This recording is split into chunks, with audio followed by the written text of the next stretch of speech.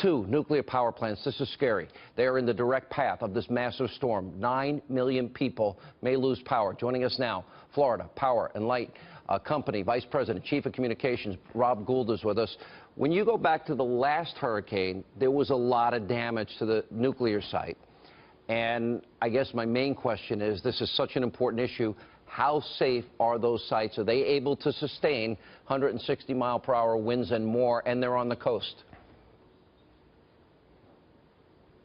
Yeah, Sean, let me set the record straight. There really was no damage to the site at all. Turkey Point, which is around Homestead, Florida, just south of Miami, the actual nuclear facility itself was not damaged. The eye of the storm itself went right overhead, a Cat 5 storm, Hurricane Andrew, and we had no damage to the nuclear facilities. Nuclear facilities are the strongest in the world as far as construction. If you think about the way they're structured, we're talking about 6-foot thick concrete surrounding the entirety of the reactor itself. You have redundancy upon redundancy upon redundancy after that.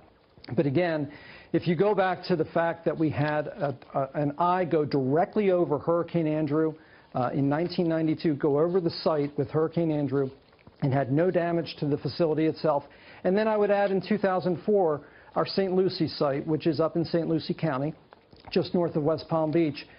We had Hurricanes Francis and Jean go straight overhead, and there was no damage to the nuclear facility itself. So what I read is Hurricane Andrew, I had read Hurricane Andrew did create a lot of damage. You're saying that there wasn't a lot of money spent as a result of that hurricane? No.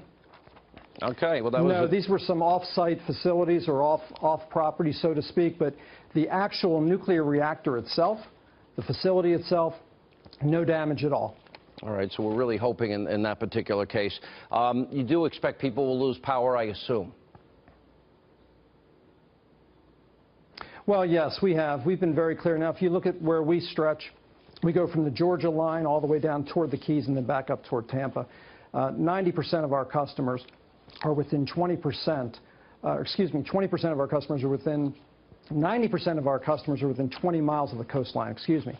And so we are going to see some damage for sure. We've been very clear that what we will see is not necessarily a restoration, which could take days or hours.